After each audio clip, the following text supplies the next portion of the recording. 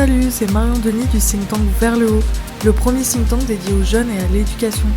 Vous écoutez Jeunes et Brillants, un podcast bienveillant qui met en lumière les jeunes, leur parcours, leurs envies, leurs expériences. Dans ce nouvel épisode de Jeunes et Brillants, je reçois Léa, une jeune femme de 24 ans qui a fait face à une épreuve singulière, une maladie orpheline dont les effets secondaires se sont manifestés par une prise de poids significative, bouleversant profondément sa relation avec son corps. À travers ses propres mots, Léa ouvre son cœur pour partager son voyage intérieur, ses luttes et surtout la découverte révélatrice du pouvoir du sport dans sa guérison. Dans cet épisode, elle nous guide à travers les hauts et les bas de son parcours, nous offre un regard intime sur la façon dont elle trouve la force et la résilience pour surmonter les défis imposés par sa condition médicale. Dans un monde où les normes de beauté et de santé peuvent souvent être rigides et aliénantes, Léa dévoile la puissance libératrice de l'activité physique. Comment elle apprend à aimer son corps et à lui redonner sa vitalité, transformant ainsi sa relation avec elle-même. Une conversation touchante avec une jeune femme inspirante et un récit authentique, rempli d'espoir et de détermination sur la façon dont le sport est devenu bien plus qu'une passion, mais un véritable refuge.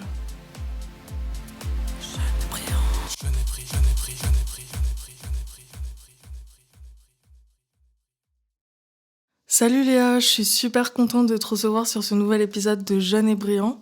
Alors est-ce que tu peux te présenter ? Alors je m'appelle Léa, j'ai 24 ans. Je suis étudiante en philosophie, précisément en éthique appliquée et responsabilité sociale et environnementale.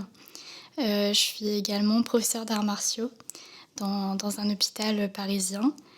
Et je suis atteinte de deux maladies orphelines qui ont donc complexifié mon rapport au corps et c'est pour ça qu'on est là aussi. À quel âge tu as appris que tu avais cette maladie ? Je l'ai appris quand j'avais à peu près 10 ans. La première maladie a toujours été là, mais c'était long à diagnostiquer puisque c'est une maladie rare et orpheline. Et c'était comment du coup ta fin d'enfance et ton adolescence quand tu as appris que tu avais cette maladie ? Comment ça s'est passé pour toi ? Il y a eu vraiment cette sensation de dissociation puisque quand on est enfant, c'est pas nous qui décidons ce que les médecins vont faire, c'est-à-dire qu'ils nous proposent des choix, mais en vérité, ils parlent à nos parents. Et donc, mon corps était remis aux médecins et à mes parents. Il ne m'appartenait plus, il fallait en prendre soin, il fallait le guérir parce que moi, je souffrais. Mais c'était pas à moi de le faire. Et en plus, quand on a une maladie rare, orpheline, c'est des traitements qui sont assez lourds, mais c'est aussi beaucoup de traitements expérimentaux et qui ont beaucoup d'effets indésirables. J'ai eu la chance de tous les avoir, évidemment. Et le corps change, et notamment j'ai pris beaucoup de poids dès la rentrée au collège, et c'est là où on commence à être harcelé par ses camarades, puisqu'on est en surpoids. En plus, j'avais des os très fragiles à cause des traitements également. Donc je tombais de ma hauteur, je me cassais le poignet. Donc forcément, ça crée pas une super ambiance au collège quand on est mis dans du papier bulle pour ne rien faire, ne pas faire de sport, ne pas trop bouger, que ce soit par les enseignants, ses professeurs ou même soi-même. Et ça a été plutôt difficile. Mais en même temps, ça ne l'était pas puisque mon corps ne m'appartenait pas. J'avais pas cette relation-là au corps, c'est-à-dire que j'étais plus en esprit et j'allais jouer avec mes copines et je faisais mes devoirs parce que j'étais très scolaire. Et ça allait comme ça. C'est plus tard que je me suis rendu compte en arrivant au lycée que c'était compliqué, le rapport au corps, et que c'était quand même important de prendre soin de son corps et de le ressentir déjà. Tu as senti que les enseignants te traitaient différemment que les autres élèves ? Oui, bien sûr. Jusqu'au lycée, jusqu'à la fin du lycée, oui, parce qu'on est l'enfant quand même malade, l'élève malade, et les enseignants sont obligés de le savoir puisqu'il y a des protocoles. Je devais mettre des gouttes dans les yeux plusieurs fois par jour, je devais aller prendre des médicaments à certaines heures, donc il faut sortir des cours pour faire ça.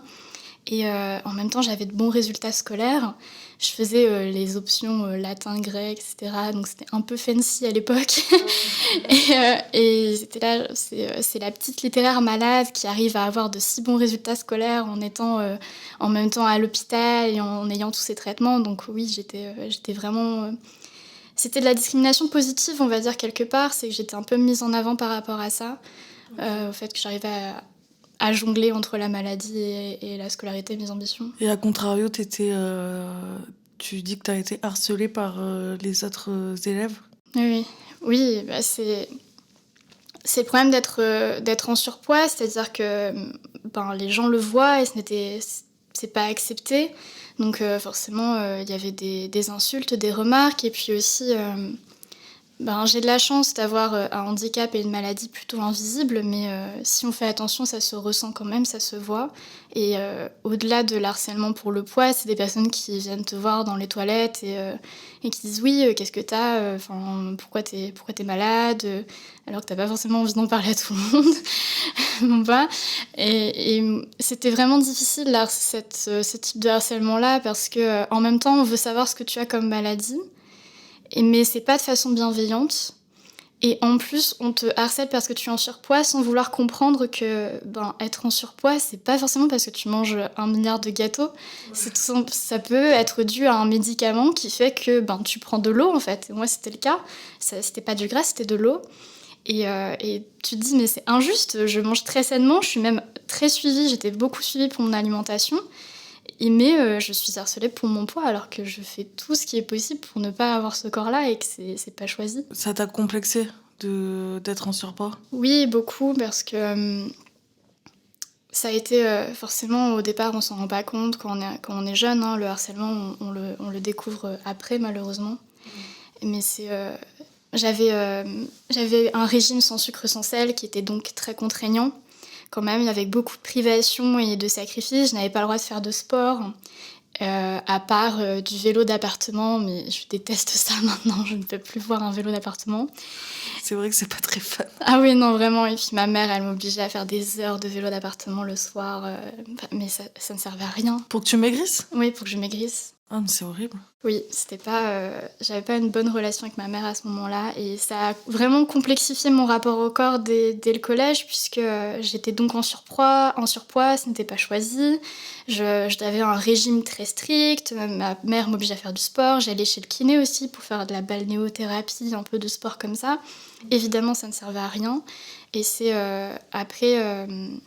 j'ai perdu du poids parce que j'ai arrêté le traitement. Grâce à ma santé, c'était un peu amélioré. Et puis j'ai repris, je pense que c'est plutôt lié à la vie que la maladie. Et j'ai commencé à développer des troubles du comportement alimentaire. Je m'en suis rendu compte assez tard, il y a maintenant 2-3 ans, où en fait je me suis rendu compte que j'étais boulimique. Okay. Et donc je pense que ce manque de les privations que j'avais pendant l'adolescence, je les ai compensées par la boulimie en faisant des grosses crises d'hyperphagie. Et après, je culpabilisais parce que j'avais peur de prendre du poids, donc je passais dans des phases on va dire d'anorexie, même si c'est pas exactement le terme médical, où je mangeais quasiment plus rien et pour compenser. Et je suis rentrée dans une hyperactivité sportive également, c'est aussi un des symptômes parfois de la boulimie.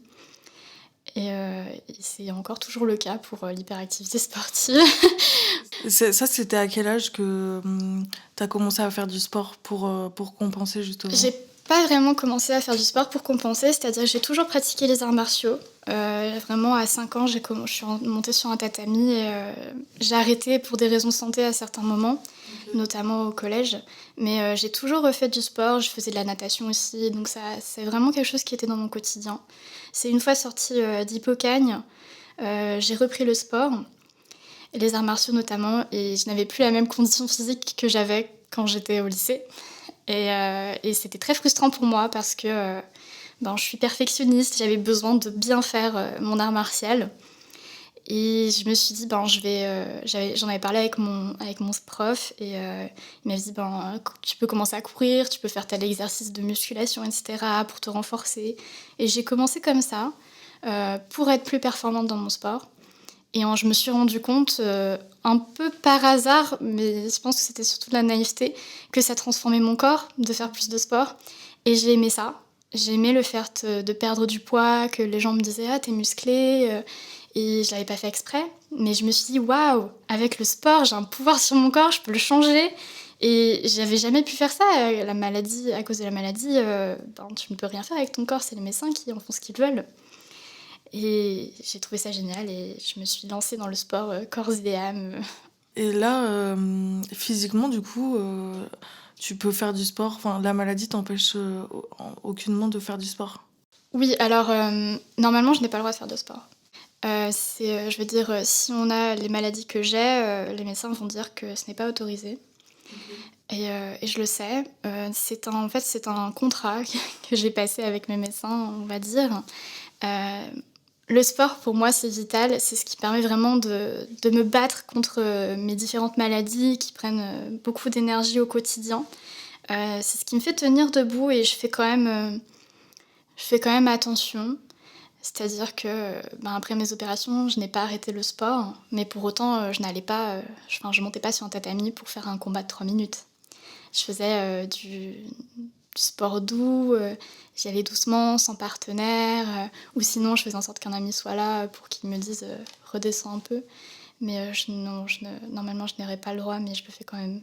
Et tu fais combien d'heures de sport par semaine, là? Je suis à une dizaine d'heures. Ouais. Ok, donc c'est beaucoup quand même. Oui, ah oui, on est sur une addiction, hein. Elle existe, l'addiction au sport. Est-ce que tu dirais que c'est toxique, la relation que tu as au sport? Ça me fait mal au cœur, mais oui. Je suis désolée. Non, c'est pas grave. Mais oui, c'est toxique parce que... bon, c'est mieux qu'avant. Ouais. J'essaie de me réconforter là. Mais c'est... Je veux dire, je culpabilise quand même de ne pas y aller. Par exemple, aujourd'hui et demain, je ne pense pas pouvoir aller au sport. Mais j'essaie de trouver un moyen d'y aller dans ma tête parce que sinon je culpabilise et je me dis « Oh, mais je n'ai pas fait de sport, j'ai fait du sport 8 heures cette semaine, ça ne va pas. » Et du coup, tu vas moins manger aussi, j'imagine. Ou pas? Pas forcément. J'ai beaucoup avancé sur les TCA. Okay. J'ai la chance d'avoir trouvé une diététicienne vraiment incroyable. C'est très important, je trouve, la relation qu'on a avec les praticiens et elle m'aide vraiment beaucoup, donc ça va mieux. C'est pas facile tous les jours et puis des fois on a envie de moins manger, tout simplement. Je vais pas forcément compenser, là je suis vraiment... L'alimentation est une source de stress, mais ce n'est plus vraiment un problème. Okay. Ce qui est vraiment la source de stress maintenant, c'est de ne pas pouvoir faire autant de sport que j'aimerais parce que je me sens pas très bien physiquement, parce que je n'ai pas le temps, tout simplement. Et ça t'arrive de passer une semaine sans faire de sport? Ça m'arrivait, dans le sens où j'ai l'habitude de travailler à l'étranger en dirigeant des séjours linguistiques. Okay. Et quand tu travailles en Écosse, en Angleterre, pendant une semaine avec 70 adolescents, t'as pas le temps de faire du sport, ce qui t'embête jour et nuit, avec beaucoup de bienveillance et de besoin, bien sûr. Mais je ne faisais pas de sport à ces périodes-là, mais j'ai réussi quand même à trouver un moyen de me lever plus tôt et de faire au moins 20 minutes de hit ou de tabata le matin. Ah mais quand je dis que c'est addictif, c'est vraiment une addiction.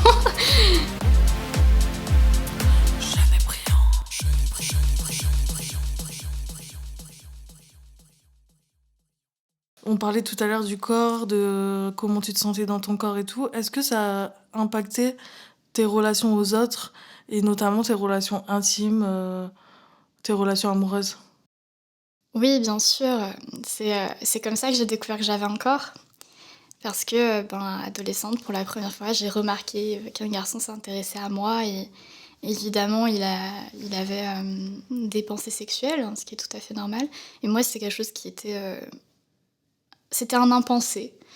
Vraiment, je n'avais jamais pensé à ça par rapport à mon corps, puisque pour moi, il n'existait pas.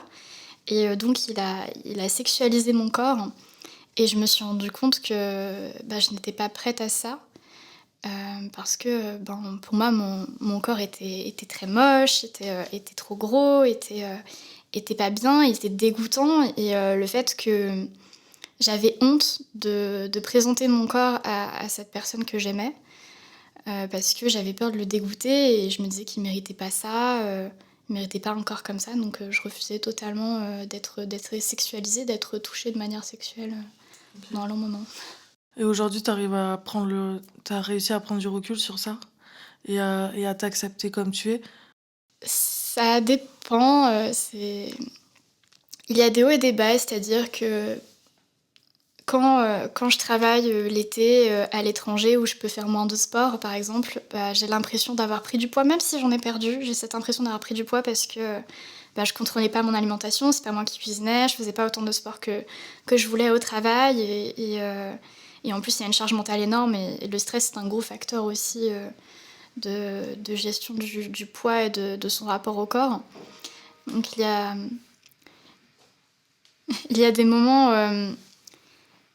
quand je rentre de l'été ou de période de vacances, j'ai l'impression d'avoir grossi. Et là, quand j'ai un petit ami, j'ai du mal avec la sexualité parce que j'ai encore honte un peu de ce corps. Généralement, maintenant, je fais attention aussi aux partenaires que je fréquente. Donc, je fais en sorte d'être avec des personnes bienveillantes et qui vont essayer de comprendre ce qui se passe psychologiquement. Et maintenant, ils arrivent à me rassurer, à avoir des gestes assez doux et non violents qui vont me permettre non pas de passer au-dessus de ça, mais de mieux le vivre et de quand même avoir une sexualité parce que même si j'ai l'impression que mon corps est dégoûtant, ça veut pas dire que je ne ressens pas de désir. C'est vraiment psychologique. Et en plus, tu n'es pas du tout dégoûtante, je te le dis. C'est gentil. Mais du coup, est-ce que tu penses qu'un jour, tu arriveras à... Parce que là, aujourd'hui, j'ai l'impression que tu es encore en contrôle sur ton poids. Et en vrai, voilà, c'est OK aussi d'avoir quelques... Donc, t'as pas du tout de kilos en trop. Moi, j'en ai. Et tu vois, moi, j'ai fait un travail sur moi. Je me sens hyper OK avec mon corps, tu vois. Et est-ce que tu penses qu'aujourd'hui, dans le futur, t'arriveras... Enfin, est-ce que tu t'es donné cet objectif de te dire, bah, un jour, peut-être, bah, même si je prends 5 kilos, ça sera pas grave? Tu vois ce que je veux dire? Oui, je vois. Et déjà, bravo pour avoir réussi à accepter ton corps parce que c'est tellement difficile. Et je me suis pas vraiment donné d'objectif, à vrai dire. C'est que pour moi, en fait, ça fonctionne en... Je cherche un équilibre. C'est-à-dire que je suis quelqu'un de très exigeant avec moi et avec les autres. Et intolérante, on va être honnête avec soi-même. Et je sais que si j'arrive à lâcher un peu prise sur l'alimentation, ça va me permettre de lâcher un peu prise sur le sport et de rééquilibrer un peu toutes les exigences que je peux avoir en général, que ce soit d'un point de vue intellectuel, physique, émotionnel.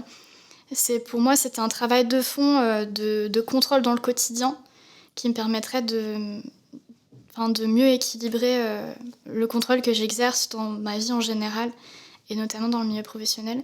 Donc c'est plus dans cet objectif-là que j'ai décidé de travailler sur mes TCA. Aussi parce que c'est bien d'avoir 2 maladies invalidantes, un handicap, des opérations tous les 6 mois, c'est super. Mais au quotidien, c'est pas ça qui est le plus embêtant. Au quotidien, c'est la relation avec l'alimentation et le poids, parce que son corps, on le voit tous les jours et il faut se nourrir tous les jours. Ouais. Alors que prendre des médicaments, c'est pas forcément tout le temps, aller à l'hôpital non plus. Donc c'était aussi pour cette question de confort de vie, parce que ça prenait énormément d'espace mental. Mais j'espère qu'un jour, je pourrai me dire... j'y crois pas, honnêtement. Je suis en train de te répondre, mais je ne pense pas que j'accepterai un jour. Je l'espère, mais je ne pense pas que ça arrivera, que j'accepte une variation de 5 kilos, même si je sais que c'est normal, d'un point de vue biologique, de prendre ou perdre 5 kilos. Je pense pas que je l'accepterai. Tu me disais que tu étais suivie par une diététicienne? C'est une diététicienne donc spécialisée dans les TCA, qui a été aussi formée en psychologie. Okay. Et on a procédé en plusieurs étapes, c'est-à-dire qu'au départ, on a essayé de réduire les crises de boulimie. Okay. Parce que donc il y a la boulimie, il y a la boulimie hyperphagique. Donc moi, je suis atteinte de boulimie. La boulimie hyperphagique, c'est les personnes qui mangent énormément tout le temps et qui vont manger même quand on n'a plus faim. La boulimie, c'est entre la boulimie hyperphagique et l'anorexie. C'est-à-dire qu'on a des phases où on va avoir des crises et on va manger énormément. Et le lendemain, on va plus manger, ou on va manger très très peu. On va sauter des repas, on va faire beaucoup de sport pour compenser. C'est pour ça que ça peut ressembler à de l'anorexie, okay. Parce que les crises de boulimie sont quand même assez rares. Donc moi, j'en faisais beaucoup. Donc on a travaillé sur comment réduire les crises. Donc on a travaillé sur des systèmes de remplacement, remplacer les aliments, parce que c'est des aliments spécifiques. Donc essayer de remplacer ces aliments, au lieu de manger des gâteaux, manger des fruits. Okay. Et on a réduit ça une fois qu'on est arrivé à un moment où je ne faisais plus de crise. On a travaillé sur mon alimentation parce que je me nourrissais pas assez. C'est aussi pour ça que je faisais des crises, parce que mon corps avait besoin de nourriture, donc il avait besoin de sucre rapide notamment. Tu t'affamais? Ouais, c'est ça. Et donc après, on a travaillé à créer un plan alimentaire qui me permettait de faire autant de sport que je voulais, parce que pour faire du sport, il faut du carburant, et notamment la nourriture, et qui permettrait de réduire les crises aussi. Et une fois qu'on a fait ça, on a commencé à travailler sur les aliments que je m'interdisais, parce que manger des pâtes qui ne sont pas complètes, c'était impossible pour moi. Donc on a travaillé sur ça, et là on travaille en ce moment sur les desserts, ne pas manger un fruit ou un yaourt protéiné, mais manger, un danette. C'est tout des petites choses comme ça, donc c'est un travail très long, parce qu'il faut tout revoir. Mais c'est ça qu'on fait, c'est pas compter les calories et tout ça. C'est pas possible en fait quand tu es atteint de TCA, de boulimie ou d'anorexie, tu comptes déjà tes calories toi-même.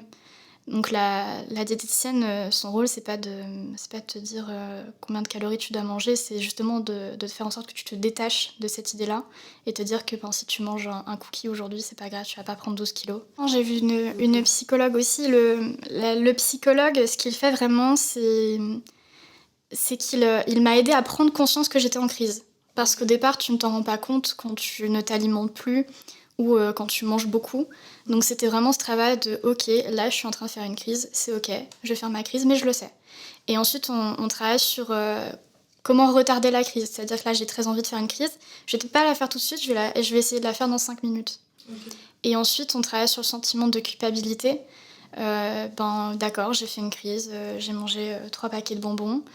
Je me sens coupable, je vais essayer de compenser en allant plus au sport, en mangeant moins, en faisant un plat hyper équilibré sans féculents, parce qu'on a encore plein d'imaginaires autour de ça. Et donc on travaille sur la culpabilité, de dire j'ai fait une crise, j'en avais besoin, c'est pas grave, je vais peut-être compenser, mais peut-être que je vais essayer de compenser plus tard. C'est plus ça le travail psychologique. Comment réagit ton entourage à tout ça en fait ? Je pense que les TCA ont commencé quand j'étais adolescente, donc, parce que ma mère avait cette habitude de quand je sortais de l'hôpital, d'acheter des paquets de bonbons et de manger des paquets de bonbons. Pour te réconforter ? Oui, c'est ça un peu, mais aussi pour elle. Okay. Et ça a créé cette habitude-là chez moi et chez ma sœur, de quand ça va pas, on mange. Et on mange des bonbons notamment et des gâteaux. Ma sœur, je pense, elle ne s'est pas rendue compte de mes TCA parce qu'on a 2 vies absolument différentes, ce qui fait qu'on se croise plus qu'on ne vit ensemble. Okay. À un moment, je lui ai dit, parce qu'il y a des aliments qui sont très difficiles pour moi à gérer, donc je lui disais que cet aliment-là, c'était difficile pour moi de l'avoir dans l'appartement. Comme quoi ? Des biscuits, un pot de pâte à tartiner, même du pain parfois. Hein. Donc je lui avais exprimé. Et mes parents étaient étonnés, mais ils n'ont pas émis de jugement, ils n'ont pas cherché plus loin. Ils m'ont proposé d'aider à payer la diététicienne parce que ce n'est pas remboursé. C'est cher en plus, non ? Oui, c'est 60 € de l'heure, donc ça grimpe vite. Hein. Ouais. Mais c'est important quand même. Oui. C'est un investissement qui est cool quand même. Parce que si ça peut aider, c'est sûr que ça doit t'aider. Et je suis sûre que là, t'as peut-être pas trop d'espoir, mais je suis sûre que peut-être si tu continues à suivre cette thérapie pendant plusieurs années, ça ira forcément mieux. Oui, je l'espère. Je veux dire, à 60 € de l'heure pendant 2 ans, j'espère. Non, ça m'a quand même beaucoup aidé. Hein. Après, c'est toujours ça qui est difficile quand il est question de maladie mentale, quelque part, parce que les TCA sont des maladies mentales. C'est... on ne sait pas quel niveau on peut atteindre, tu sais. Ouais. On ne sait pas si à un moment on aura vraiment un super rapport au corps, ou si il y a un plafond, et qu'une fois qu'on a atteint ce plafond, il faut se contenter de ça et essayer d'y rester et de ne pas redescendre. Ouais. C'est assez difficile, et en même temps, les réseaux sociaux, c'est assez encourageant pour ça. Je pense à Juju Fitcats qui a été victime d'anorexie et qui maintenant a un rapport à l'alimentation plutôt sain, en tout cas de ce qu'elle partage. Donc son plafond est plutôt cool, donc ça donne envie d'atteindre un plafond comme le sien, quoi. Jamais brillant, je n'ai donc toi, les réseaux, ça t'a plutôt, ça t'a plutôt aidé. Parce qu'il y a des gens où c'est totalement le contraire, justement, ils voient des corps incroyables et tout, et ils se disent, en fait, je serai jamais comme ça, moi je suis grosse, ou je suis trop mince. Et toi, t'as réussi à trouver un modèle, en fait, qui te donne de l'espoir. Oui, je pense que j'ai eu de la chance par rapport à ça et que j'ai un peu réfléchi sur le sujet malgré moi. Je me suis surtout, j'ai suivi des influenceurs qui me parlaient Ouais. parce que, effectivement, je suis beaucoup de sportives, parce que c'est aussi un de mes domaines professionnels et c'est un de mes centres d'intérêt. Mais je suis des sportifs qui ont des messages qui vont me toucher et par exemple, je pense à Caroline Rowe qui va montrer, qui est très sportive, qui a un très beau corps, mais qui va faire tout un... qui va tenir un discours sur la génétique. Ok. Et qui dit qu'en fait, en fonction de ta génétique, tu ne peux pas avoir le même corps et que les influenceuses qu'on voit sur les réseaux sociaux, sportives ou même qui ne le sont pas, elles ont une certaine génétique qui, par hasard, rentre dans les canons de beauté. Mais que c'est pas le cas de tout le monde et c'est ok. Et donc, il faut essayer de comprendre sa génétique et de voir ce qu'on peut faire avec. Et tout simplement, il y a des personnes qui ont une bonne génétique d'abdos et d'autres non. Et que génétiquement, parfois, c'est impossible d'avoir un ventre plat. Et c'est ok. Et elle va t'apprendre à faire du sport par rapport à ta génétique. Ok. Et ça, je trouve ça très rassurant. Ou même, je disais, Juju Vitkas, qui elle, je la trouve intéressante pour sa gestion des TCA parce que c'est quelque chose qui me touche. Où je suis quand même aussi des mouvements de body positive parce que j'ai été en surpoids et je souffre de dysmorphophobie. Donc, c'est-à-dire que j'ai l'impression d'être en surpoids alors que je ne le suis pas.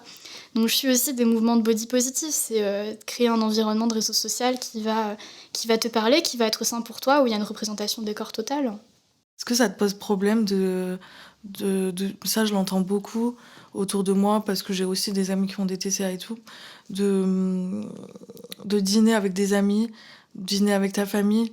Est-ce que quand on te propose un dîner, t'as souvent envie de refuser? Oui, oui, l'isolement social lié au TCA, c'est pas un mythe, hein. J'ai été très seule quand je suis arrivée à Paris, notamment par rapport à ça.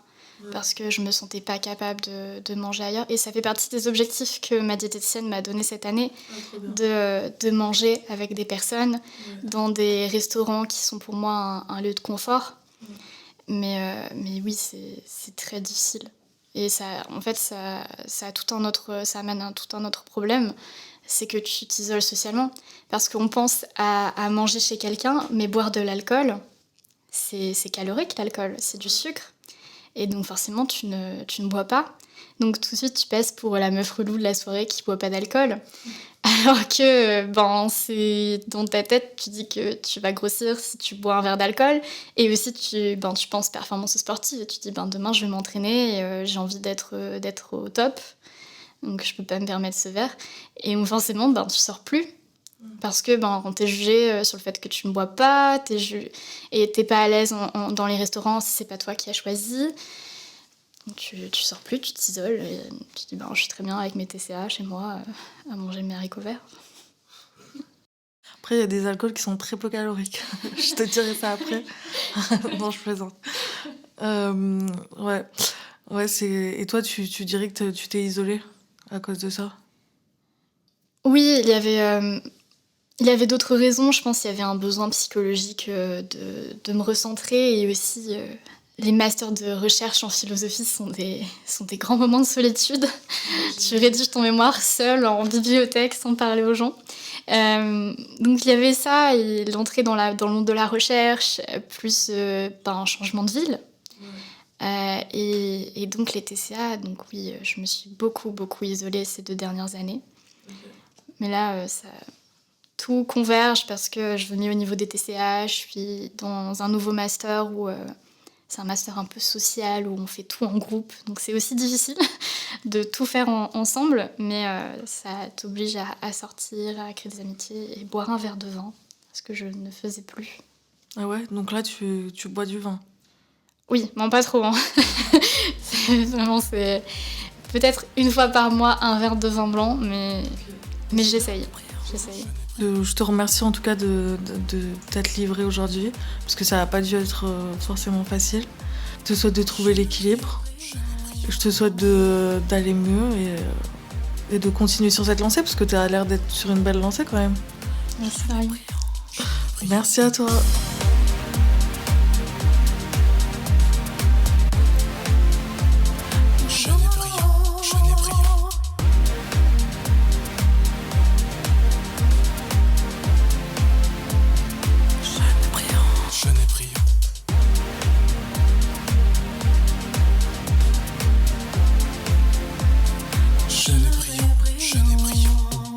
Merci d'avoir écouté Jeune et Brillant.